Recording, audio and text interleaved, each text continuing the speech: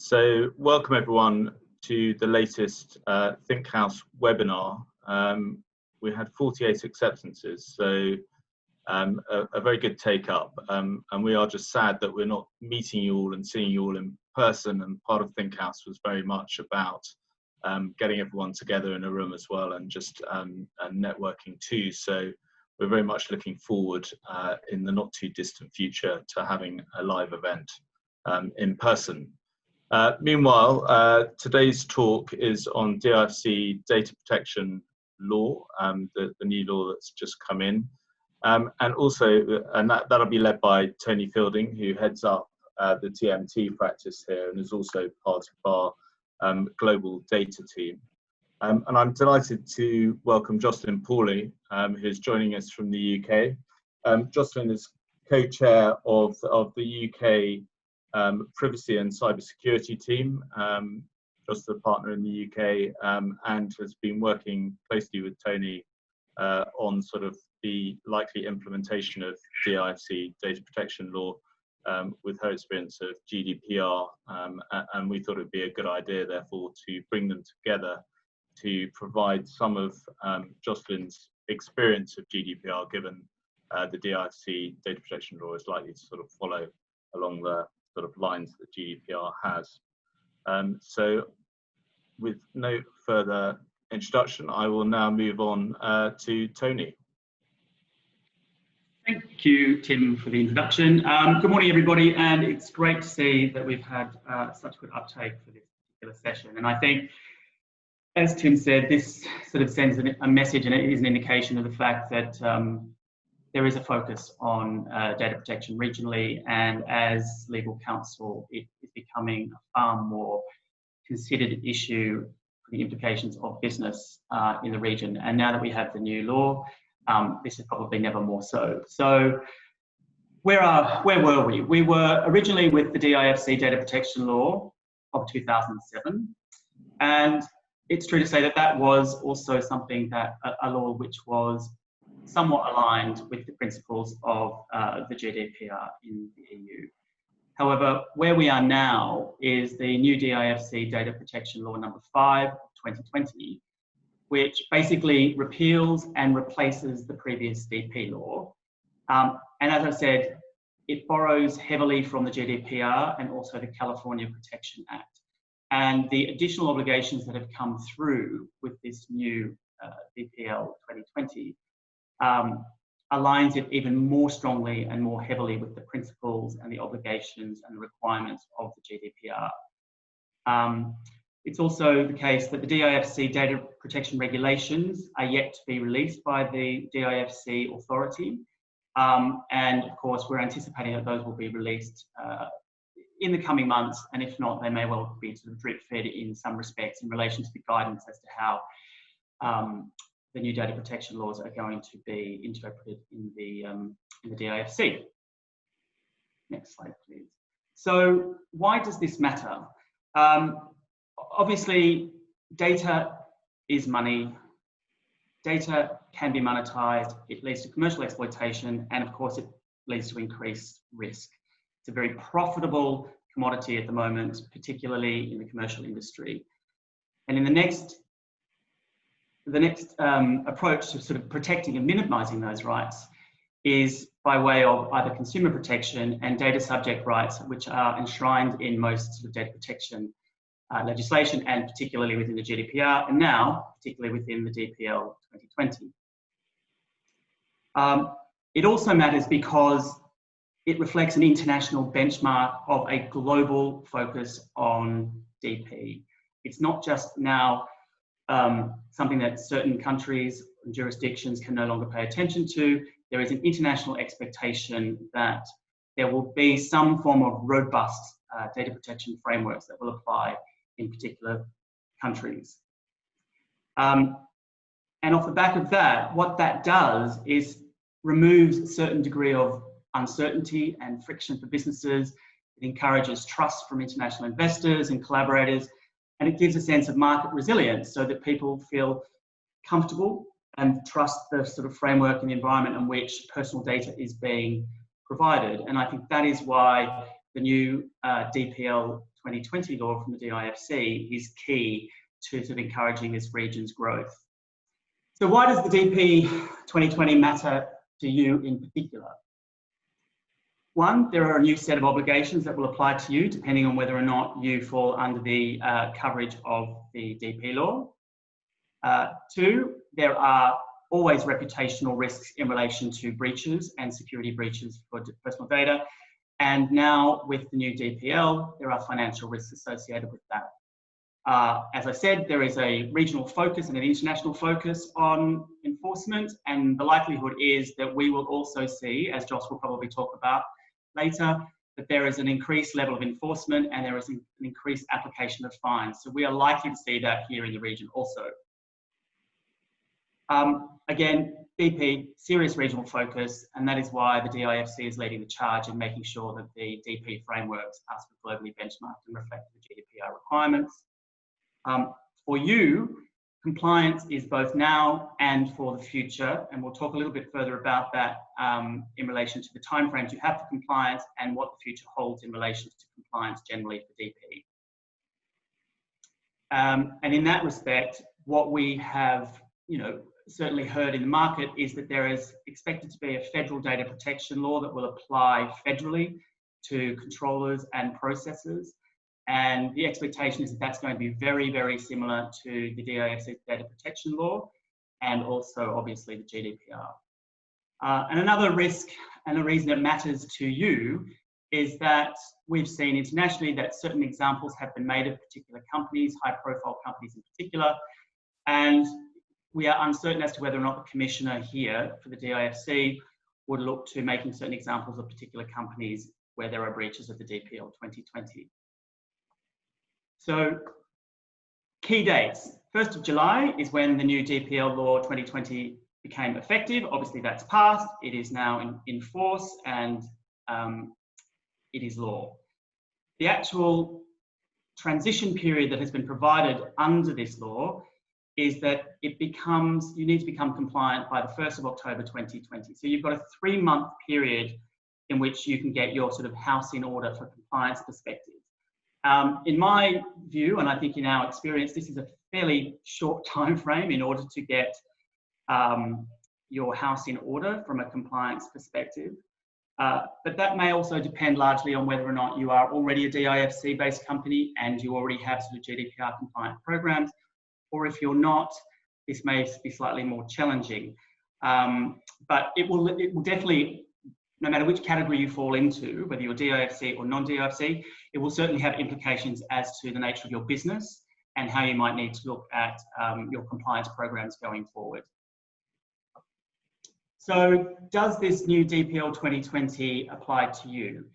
It definitely applies to controllers or processors. And now I'm not going to go through the sort of the definitions of controllers and processors, because I'm going to assume that we all have some basic level of understanding in relation to that.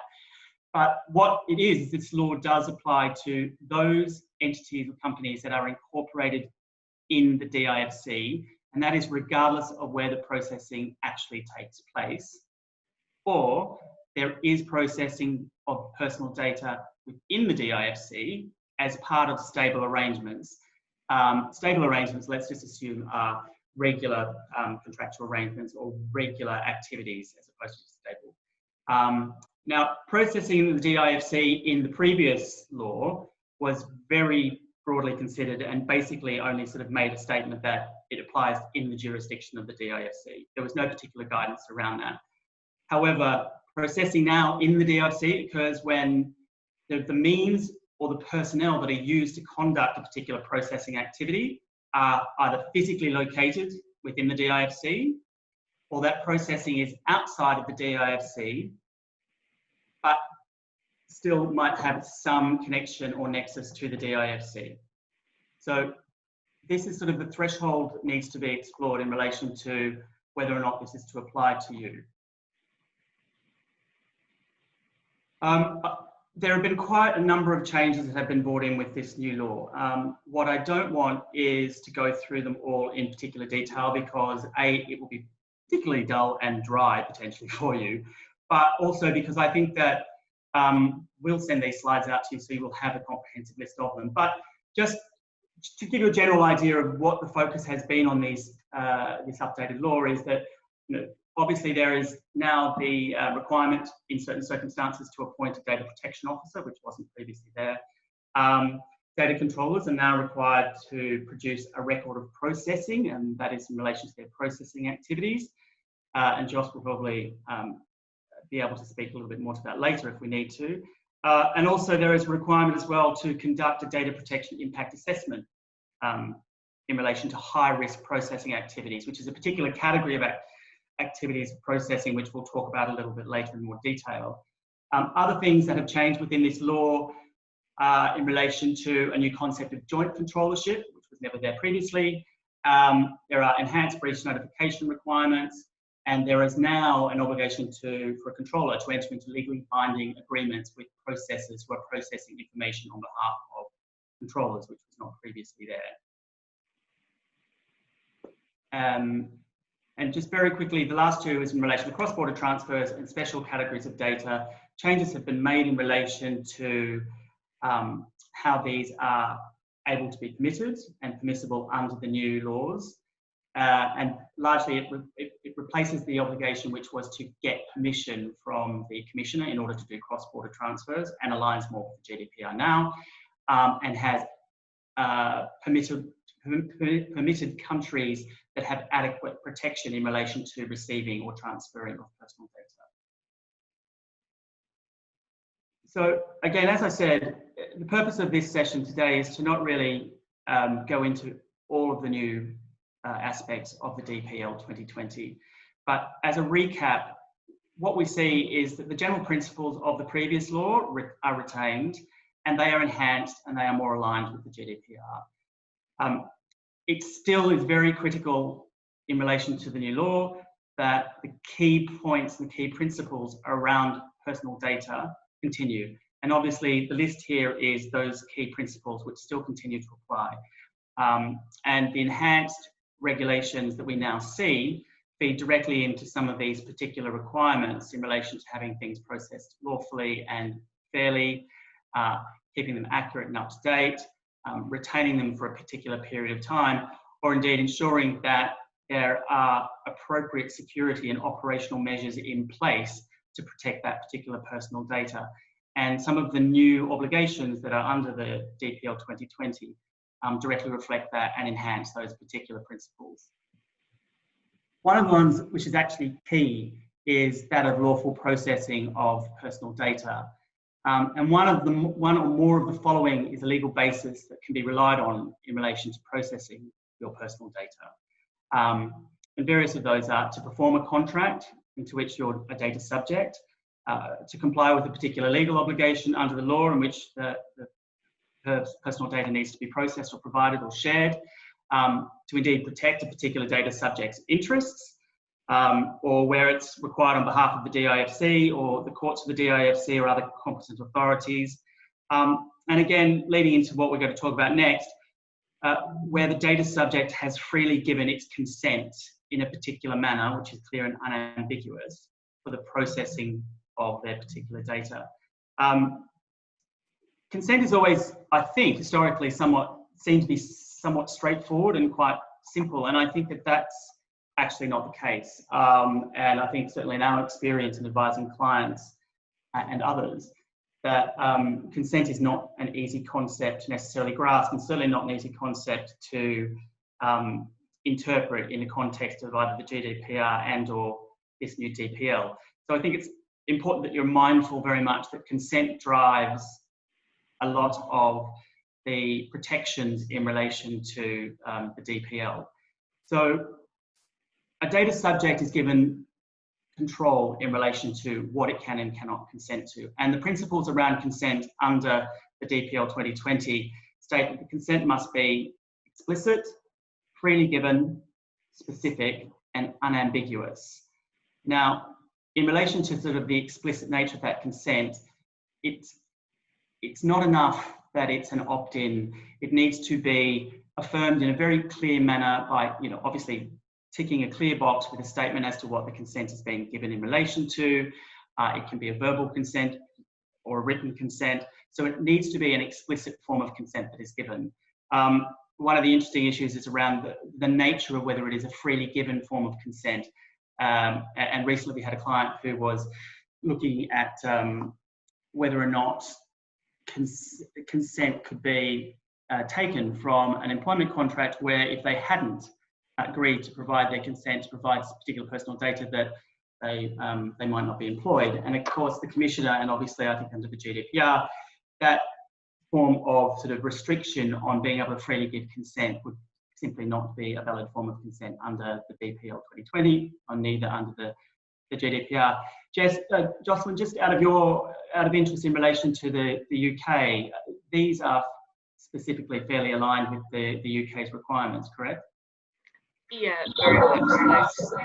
It's the same list of criteria in the UK, and in fact, in the example you gave in the context of an employment contract, if that information is needed so that an employer can employ someone either due to complying with their legal obligations or simply as a function of being employed, then consent wouldn't be a legitimate ground for processing in the EU, because it has to be given or else you can't be employed. Therefore, it can't be freely given because effectively the employee has no choice. And over here, the Commissioner will also consider the relative negotiating and powers of position between the two parties. So they will always take the view that an employer has a much, much stronger position vis-a-vis an employee. And so it's very hard here to obtain a valid consent from an employee for any kind of processing of data. And this is truly completely optional, no impact on a job if they give it, all those kind of criteria. Yeah, and again, I think that the direction from the ICO, as you've just indicated, is something that obviously will drive quite considerably the way that these types of new principles are being expanded on here. So I think it's mindful that we need to sort of stay on top of the ICO guidance and guidelines that are issued around certain principles for the GDPR. I think one of the final statements I was just going to make, Libby, in relation to the previous slide was that consent should not be presumed to last indefinitely under the new DPL.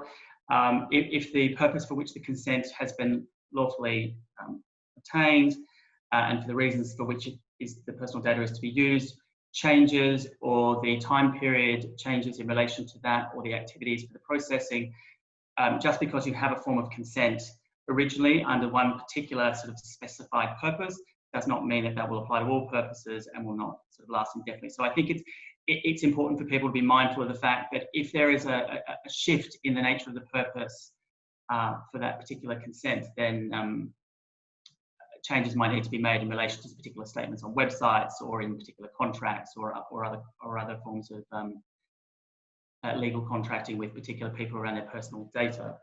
So practical issues from a business perspective to consider is, make sure that consents are obvious and they're separate from other legal terms and conditions in a sense, or they are expressly highlighted so that they're able to be obvious for a particular individual or data subject to be able to engage with. Active opt-ins are key to making it sort of a freely given and an expressly given and unambiguous form of consent. So again, we are encouraging that there are active opt-in functionalities and also active opt-in wordings, and avoiding sort of passive and sort of ambiguous statements around opting in.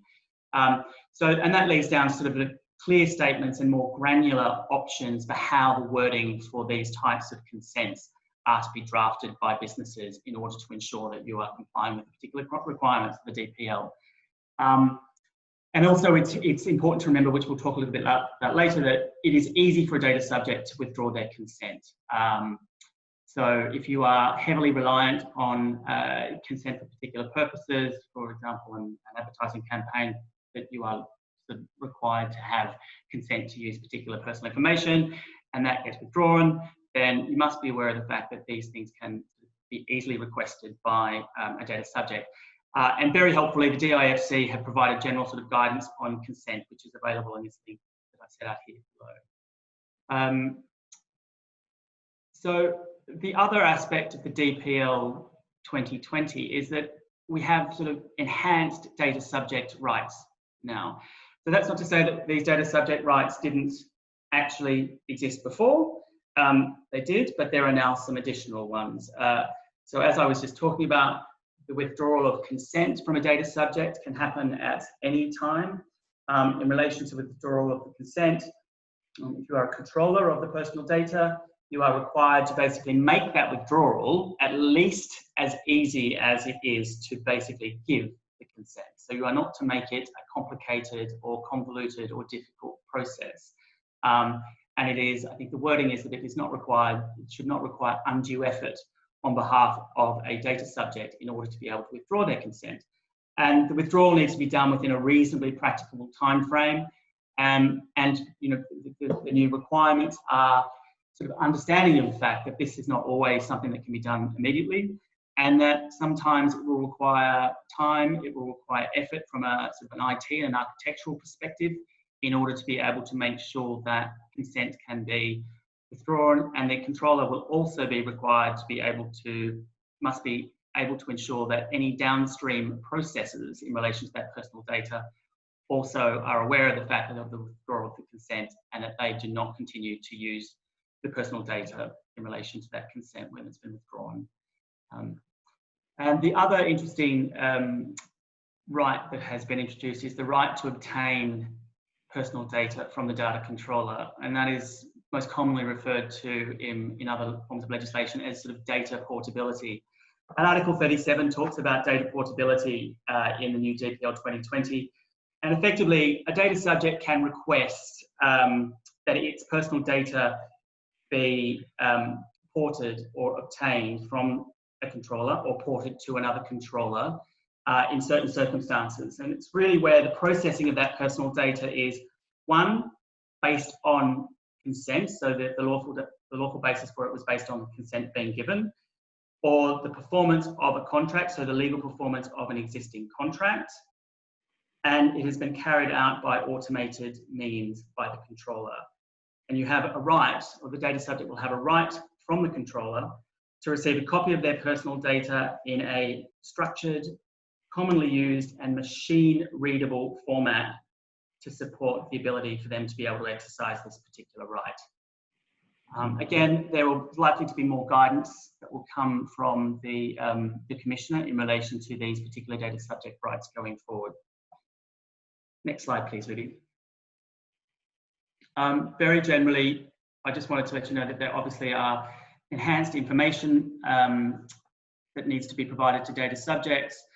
If you're a controller of personal data, here is a list of sort of the information that needs to be provided to data subjects. It really is a very much a reflection, obviously, on protecting the rights of the individual data subjects and ensuring that the principles are all about reflecting those particular protections. Next slide, Liv. One of the interesting aspects of the DPL 2020 is in relation to what is being termed high-risk processing activities. And Article 20 talks about high-risk processing activities as being activities that employ new forms of technology or new methods of technology to process, which create a materially increased risk to the rights of the data subject, or in fact might render it more difficult for a data subject to exercise their rights under the DPL. So that's the first limb of the test. The second limb is that it is potentially a considerable amount of personal data that will be processed. And that processing is likely to result in a high risk to the data subject. The third one is that the processing will involve a systematic evaluation of personal aspects relating to natural persons or individuals based upon an automated processing activity. And profiling is a good example of that. And off the back of that, decisions are to be made and are based on that particular form of automated and systematic processing that has a legal effect concerning that particular natural person or data subject. So these are the particular limbs of the high-risk processing activities that you'll need to be aware of. So some examples of high-risk processing activities are on, oh, sorry, my apologies. And there's a material amount, the fourth part of that limb is a material amount of special categories of personal data is to be process, which will amount to high-risk processing activities. Special categories of personal data being things such as medical history, healthcare history, religious or philosophical beliefs, biometrics, for example, where biometrics is required for access to particular data. So that's the special categories of data. So examples of the typically high-risk data would include, as I just said, special categories of personal data, which is defined under the DPL 2020. Bank account details, salary details, or financial data, location tracking data, and also data that's related to third parties, which is gathered from a primary data subject. So again, Josh, just quickly in relation to that, does that threshold of high processing activities reflect a similar sort of threshold in the UK, or is it somewhat lower than you see? So the language that you quoted from the legislation about what amounts to high risk, I can certainly spot bits that look like they have been GDPR inspired, where we have similar phraseology around likely to cause a high risk and regular and systematic evaluation, including profiling. The examples on your slide there, though, I feel are actually a lower bar being high risk than in the UK. I have to say, I'd always thought the UK's bar, when you come to apply the test and the criteria in a real world scenario, quite quickly hit the bar in the UK. But I feel in the DIFC, you're going to be hitting it even more quickly than in the UK.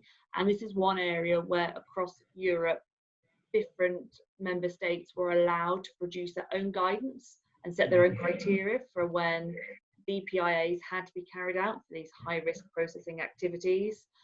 And so there is divergence across Europe. So it's interesting here that it looks like the DIFC are also making its own mark as to what it believes is high risk, and that bar is going to be set slightly differently in each different jurisdiction, which makes compliance a bit more of a challenge for corporations, particularly if you have a global base and you're complying with these laws in different areas.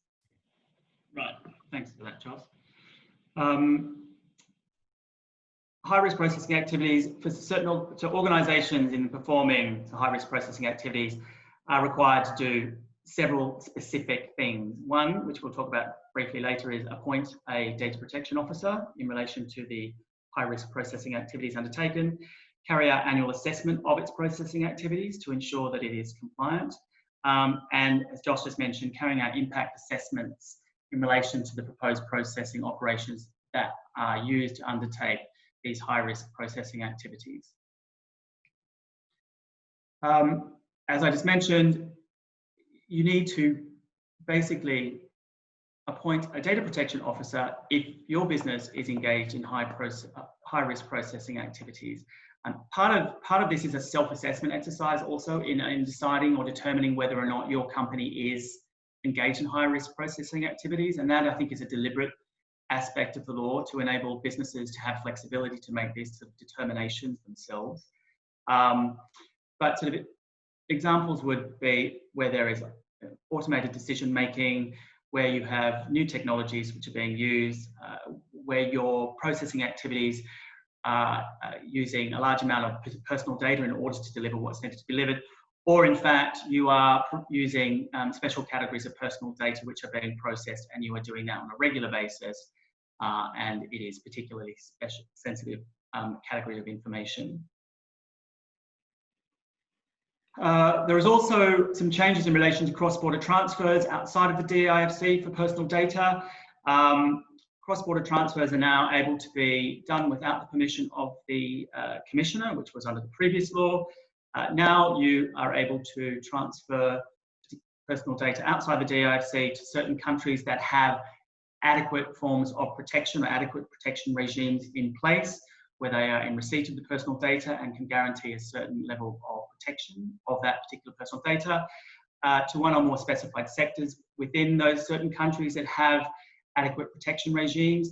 And also the DPL 2020 talks about international organisations, which is defined, that have currently been deemed or will be deemed by the Commissioner to provide adequate levels of protection, so that there will be appropriate safeguards in place in relation to those international organisations that personal data can be transferred outside of the DIFC to international jurisdictions and or international organisations.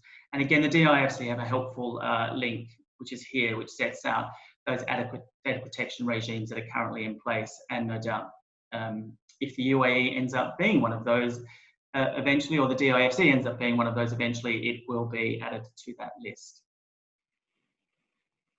And I guess most importantly, and often what triggers a lot of people's interest in relation to compliance generally, is the sanctions and penalties and fines that might be imposed if you breach or infringe the particular requirements of any law. But so in relation to the DPL, the structure of the fines and sanctions have been enhanced.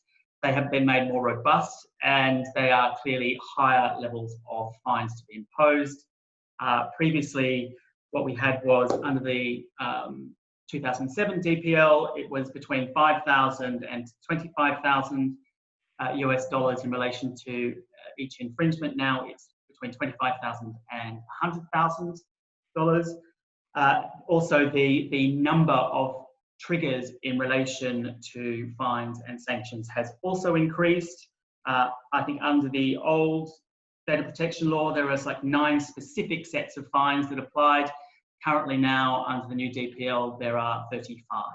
So it's been considerably expanded, and that is intentionally so. And I think that also reflects the fact that there is likely to be enforcement action. Factors that will be considered in relation to imposing those particular sanctions and fines are listed here in points 1 to 9. None of those are particularly surprising, particularly in relation to failure to cooperate with the Commissioner, repeated violations, and whether or not a controller has taken sort of meaningful steps towards its compliance. And in the absence of that, clearly the Commissioner will take into consideration sort of your failure to do so in relation to what sort of fine to be levied against you for the particular infringement. So what should you do next? If you're a DIFC registered company already, you are likely to have a DP program in place. So you're well on your way to being compliant, and you might just need to do a sort of a cursory gap analysis in order to see what is still outstanding in relation to some of the new obligations. But hopefully, if you have that in place, the work required between now and October 1st should not be too great. If you are a non-DIFC based company, but you work in the DIFC as part of an ongoing series of engagements or activities and have staff processing that personal data within the DIFC, or you have entities that process personal data exclusively within the DIFC on behalf of your business, then you will be required to look into a form of compliance program that is going to comply with these particular new requirements. So quickly, I would suggest, obviously the most obvious one is to make a judgment as to your audit processes around your data processing activities, your data flow, where the data goes to, who it goes to, where it comes from, and the nature of that data.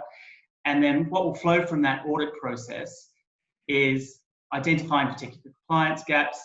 The road to compliance is, depending on who you are, a relatively long journey. Here is a list of some of the things that may or may not apply to you in relation to your compliance between now and October.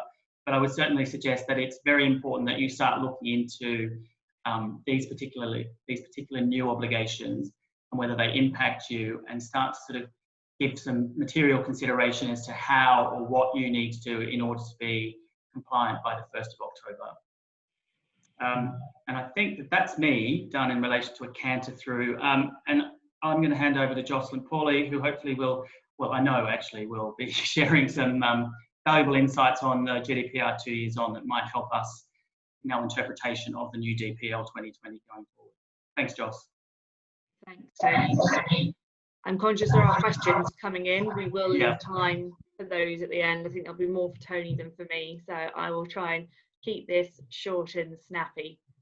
So I was listening with interest to what Tony was saying in terms of the timelines that you are working to in the DIFC.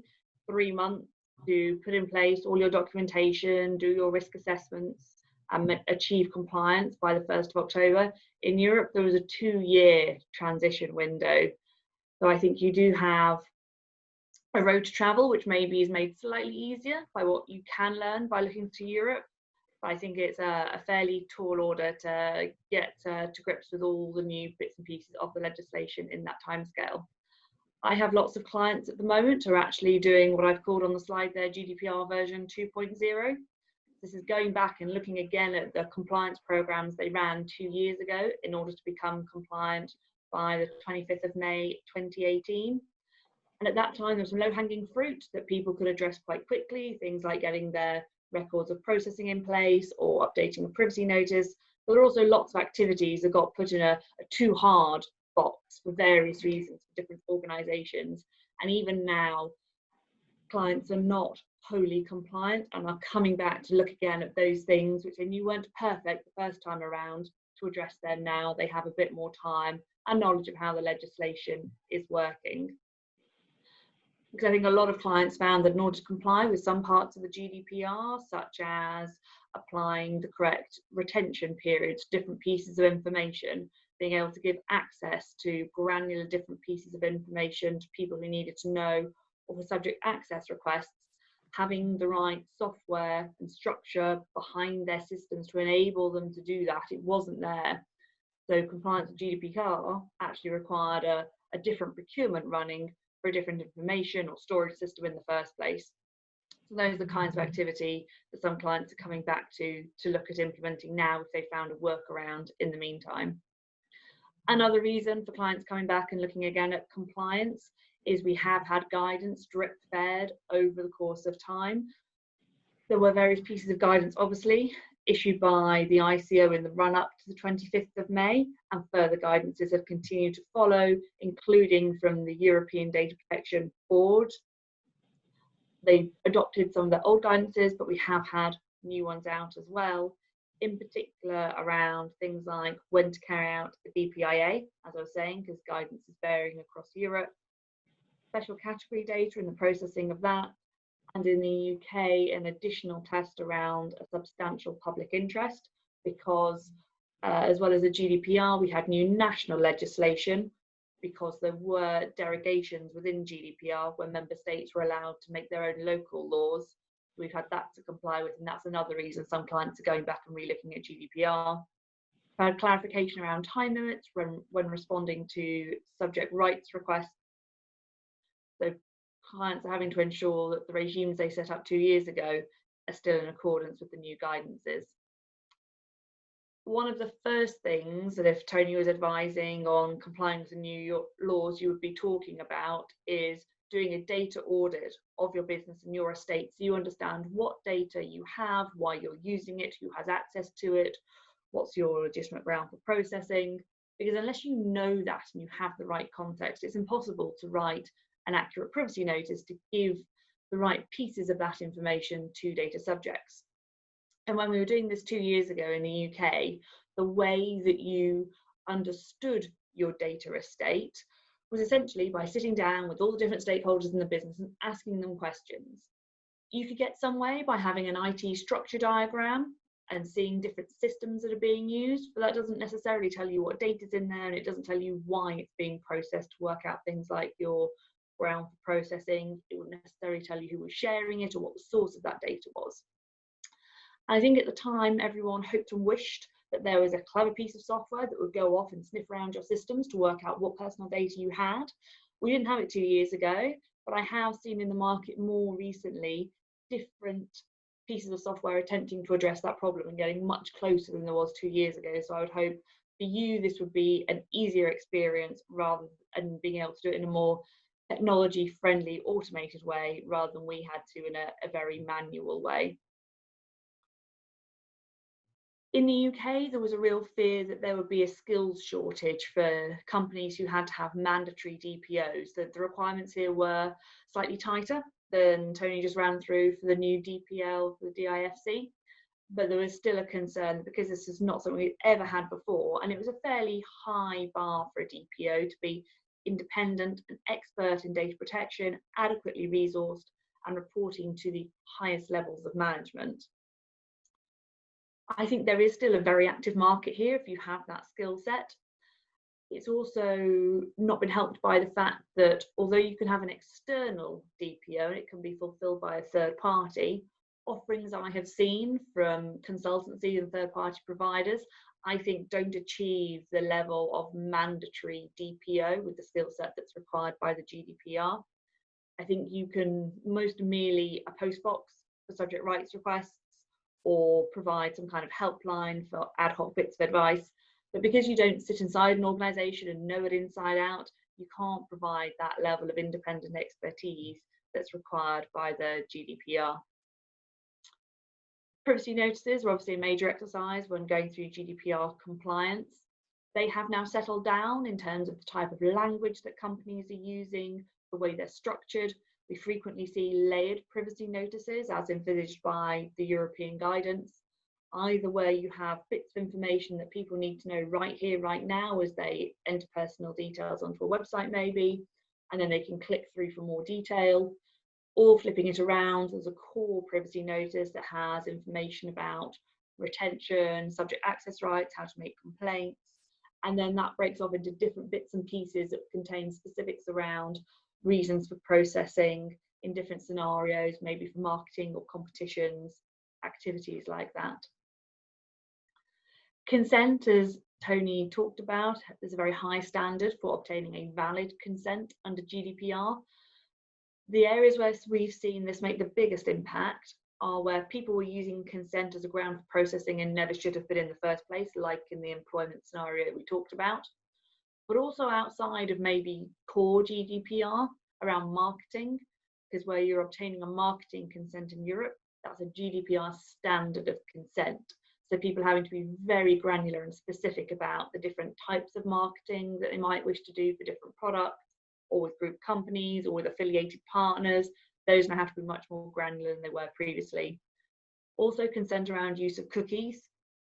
So if you go onto websites that are UK based, you will see very clear cookie banners, and if you click through to see what's behind those, much more granulated consents being given for cookies for different functions, for different purposes, and easy to use sliders to say yes, no.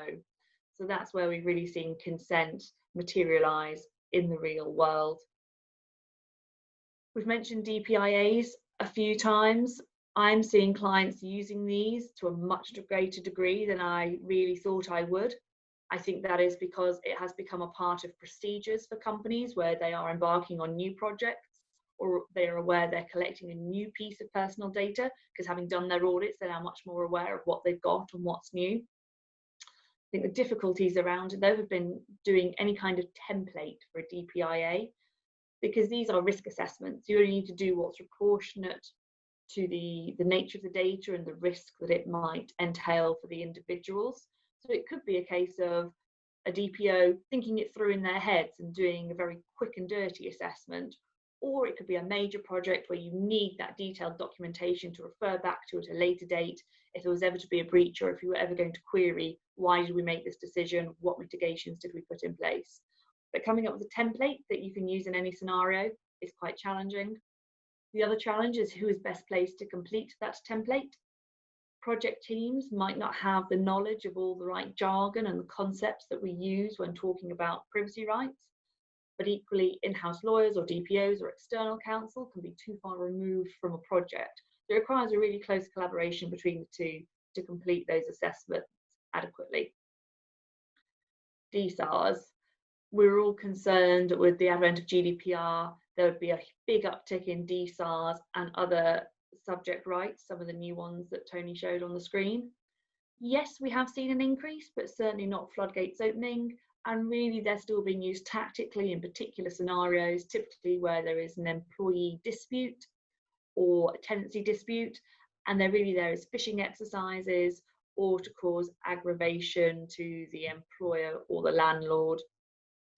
We see clients having to use the time limit extension you're allowed to use in Europe to go beyond the 30 days, because these things do take a lot more time than you anticipate, even for the relatively simple ones. And the other challenge has been actually identifying data within systems in the first place. So going back to the point I made at the beginning about having proper storage systems, being able to correctly identify and tag data, that has made compliance more difficult. So flipping this round, that's been on the ground. What has it looked like 2 years on, and what developments have we seen? What about from the ICO's point of view?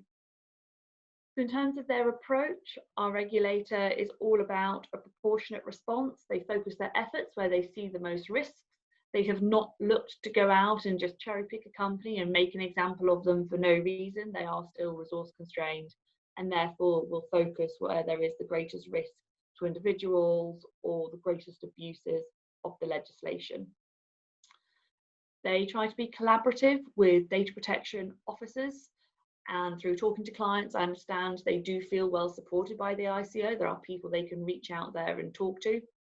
Similarly for SMEs, there's been a lot of effort by the ICO and other European regulators to create templates and simplified checklists, recognising that to achieve the standard of compliance required by GDPR can be a really high hurdle for SMEs, which wasn't the intention of the legislation originally. The regulators put a lot of effort into technology and innovation. They are aware that they need to keep up with the market to understand the new technologies that are being used, so that they can make sure the legislation and the guidances stay up to date. And in particular, just this last month, we've had really hefty guidance on AI. They called it Project Explainability. Explain to organizations how, if you are using AI or producing AI, the standards that you need to be complying with. And that's obviously with the interest of making sure AI is used by the market and taken forward. The ICO also has a sectoral approach. They will pick particular themes and issues. Recently, they had a campaign into ad tech, so the myriad and confusing world that is between the brand here and the consumer here, and all the different parties that use marketing database or profiles or cookies to deliver adverts to the end consumer from the brand. That world there is very grey in terms of GDPR compliance. So the ICO is doing an investigation into that when COVID hit, and that's all been paused. Similarly, political campaigning. There have been some high profile cases in the UK around Brexit and general elections of misuses of personal data. So breaches, as Tony mentioned, we now have some staggeringly large fines, or the potential for fines, in Europe. So what have we been seeing here?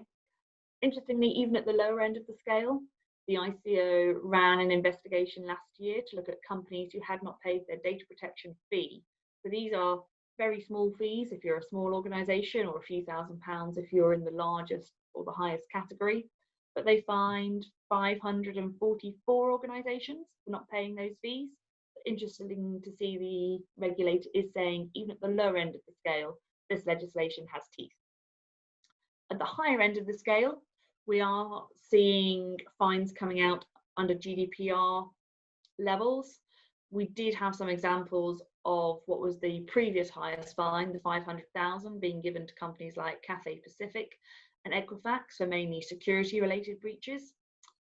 The highest ones that have been publicised under GDPR are BA and Marriott Hotel, with staggering 184 million and 99 million GDP pound fines proposed. Those are being challenged. The ICO is looking at all the evidence and running investigations, and the timelines for the next steps have been delayed again due to COVID. And now there's a political angle on those as well, because the ICO would never want to put a company under due to a fine. Clearly, with the international state of aviation and the leisure industries, that now has a political overlay. So it'll be very interesting to see what happens with the progress of those fines.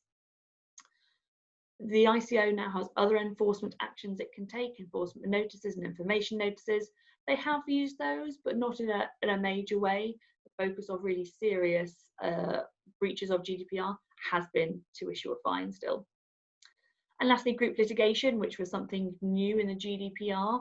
We wondered if we would see law firms offering group litigation, or indeed campaign groups starting those up. There have been just two main ones so far, against Morrison's, which was actually under the DPA 98, not the new legislation, and now one with the latest EasyJet breach. There is a group litigation case starting up, but we have not seen, again, floodgates open, and we haven't seen substantial amounts of compensation being awarded to individuals. And lastly, a look from the European Commission's point of view 2 years on. They released a report on the 24th of June, giving their view of the world.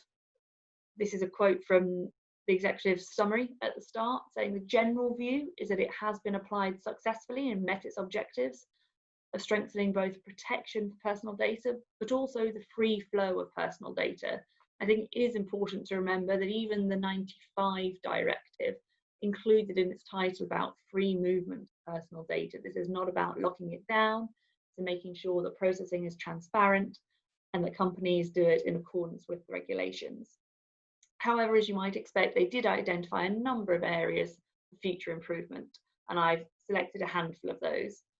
The first is the new right of portability that Tony highlighted as well.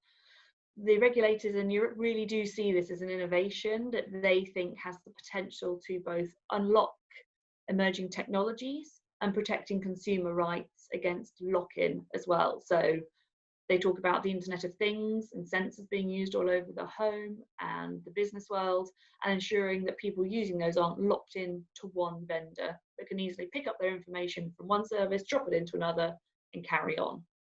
Particularly in the UK, we've seen this around the Open Banking Initiative, but that's really the only example so far. Cross-border cooperation. So this ranges from ensuring that regulators are working to the same procedural timescales, admin type considerations, to make it easier for both companies and regulators enforcing cross-border, but also looking to the likes of some of the activity we've seen against Google in Ireland and France, where the French regulator, the CNIL, was looking to fine Google 50 million euros for failing to comply, failing to process and tell people adequately in a transparent manner what it was processing and why. And Google was saying, well, do you have jurisdiction, or should this really sit in Ireland? So the European regulators are looking to cut down on that kind of procedural aspects to enforcement, but also looking for greater cooperation in the actual analysing and coming up with verdicts on has the law been complied with or not. They think this needs more legal instruments between regulators to make that happen and to make exchanging information easier between regulators.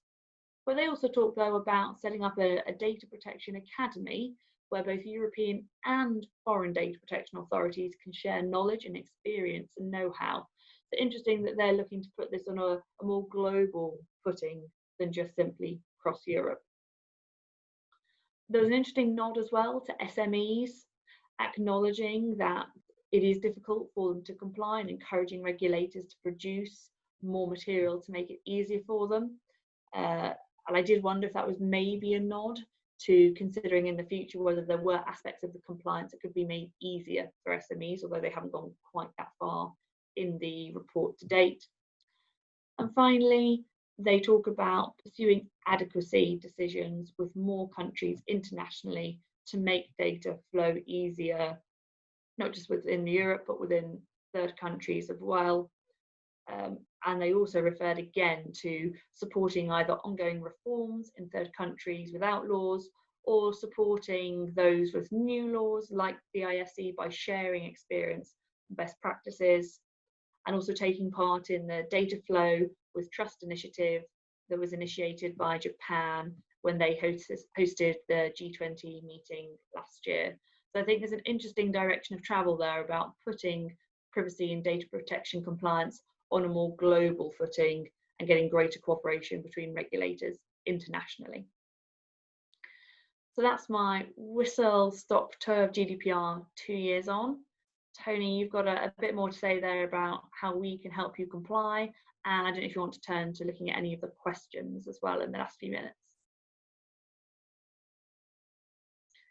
You're just on mute there, you need to come off.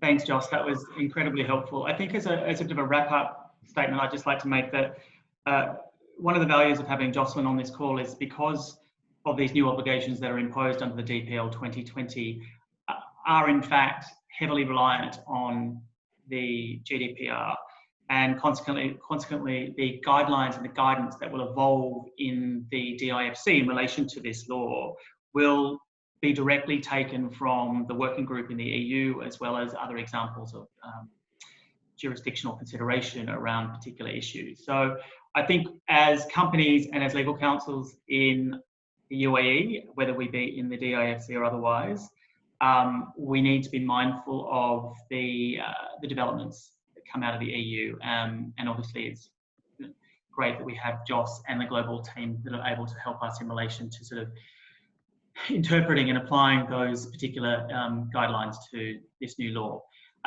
Obviously, we can help you internationally in relation to those things that are listed on that particular slide as to how we can help you.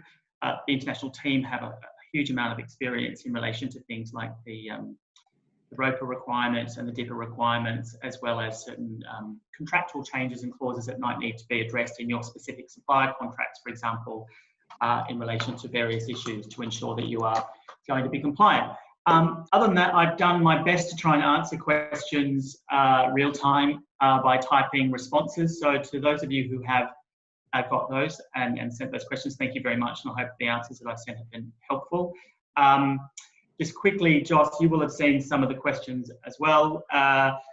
There is a particular question that Joss might be able to shed some specific light on, is in relation to facial recognition data, Joss, that's used, and whether or not that has the power to make a particular entity that's using facial recognition data, which is obviously becoming far more common now, whether it makes an entity a processor or a controller, and will it be considered sort of special category personal data? I mean, my view as to whether it would make an entity a processor or controller depends on what you are doing and your ability to be able to determine the purpose and the means of processing that data. So you would be a controller in relation to that potential facial recognition data if you had the purpose and the means of processing that particular data. You would be a processor, for example, if you were simply just processing that data on behalf of a controller who is in control of that particular facial recognition data. Joss, is there anything that's come out of the EU in relation to facial recognition data specifically?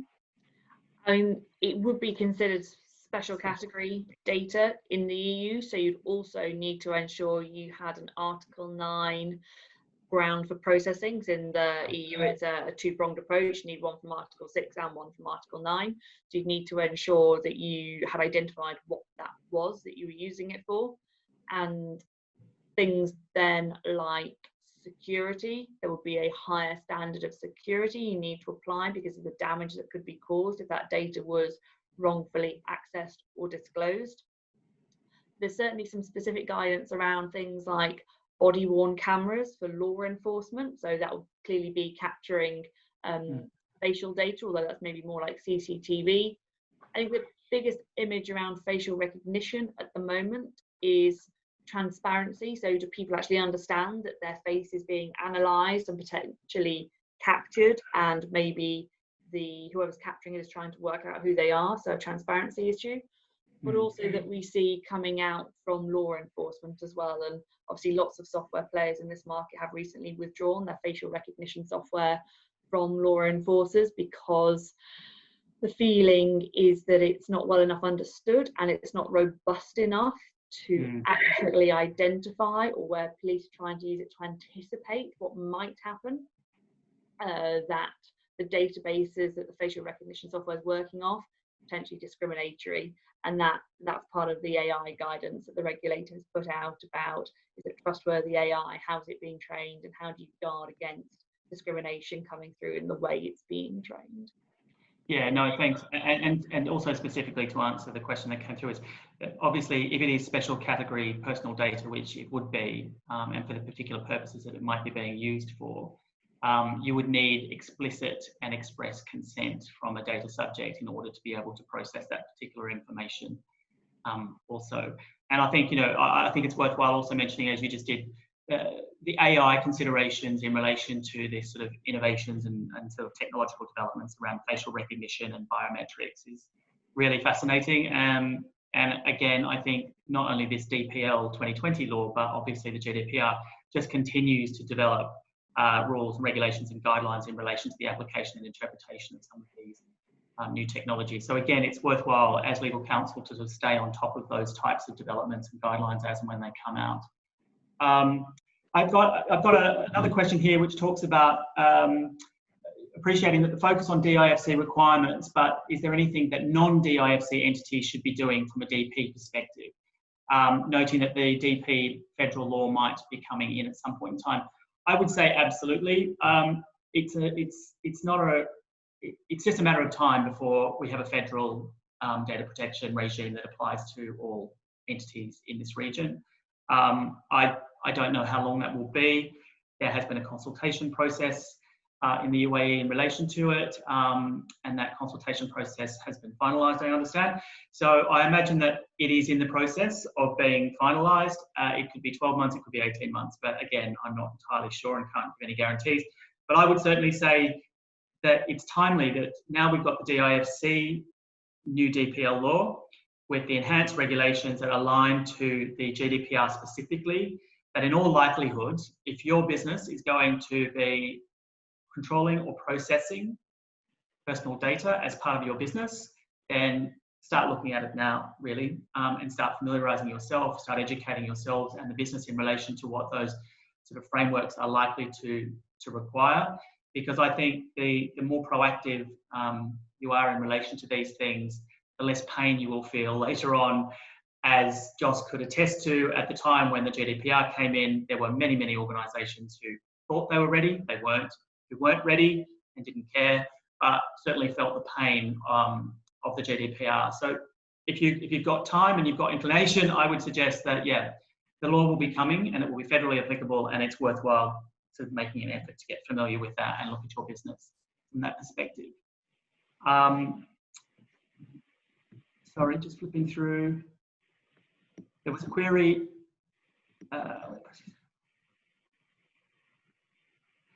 Where the processing is necessary for compliance with a legal obligation, does the DPL 2020 state that it must be in accordance with DIFC laws, or can it be any law? I understand in the GDPR it specifically refers to union and member state law. To be honest, I'd have to have a look at that to just read the provision specifically to make sure that I can give you the right answer, but I'd be happy to do that after this. Anybody else got any other particular questions? I think there was a query around minors granting consent and whether parents had to grant consent, so I've answered that. Does anybody else have any specific questions for either myself or Joss? There's one at the bottom there, Tony. If one member of your group of companies is incorporated in the DIFC, will the law apply to any other members of the group registered in the UAE? I believe that you will be required to have agreements in place between your affiliated entities in relation to your obligations for data protection under the DIFC. So I would say yes.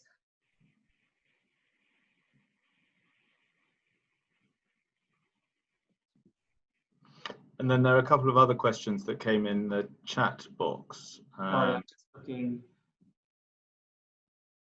Perhaps we can just answer those sort of afterwards and do a sort of general couple of lines on those. Yeah. I mean, any questions that Joss or I haven't had an opportunity to answer, just for your benefit, I mean, we're obviously more than happy to send them to you directly as an answer if you're happy for us to do that. Or Joss and I are also proposing to send out A, these slides, and B, there's likely to be some form of collateral on the basis of this that might actually specifically address some of these questions as well. But irrespective of that, we're happy to address them specifically for you. There is a query about onshore branch of a DIFC entity and whether they're required to comply with the DIFC data protection law. And I think I sort of covered that. But if you're a DIFC registered company and you've got onshore activities, and those onshore activities are utilising processing within the DIFC or personnel in the DIFC, you would be caught by this. And I think it is intentional that there is a slight halfway house at the moment under the drafting of this legislation to ensure that there is the ability for the Commissioner to be able to bring others within the remit of the new DPL law as to compliance obligations under these principles. Okay, I think a number of people are now falling off the call, okay. So I suspect we should draw it to a close. I'd like to thank Jocelyn particularly for joining us, and that was very helpful from my perspective. I'm sure it was from others. Thank you all for joining, and thank you, Tony, for the update on the new law. Pleasure. Obviously, you all know where we are, so please do reach out if you have any questions or queries. And we will also be sending around a survey, and that includes a question of what you'd like to hear about most or next from us in relation to ThinkHouse. And if there are specific areas, please do shout, and we'd be happy to address those. And as I said at the beginning, I very much hope to see you all soon at a live event rather than by webinar. Okay, thanks everyone. Thanks everybody. Thank you. And thank you, Joss. Really appreciate your involvement today. Everyone, good to be here. Bye. Thank you. Bye, everybody.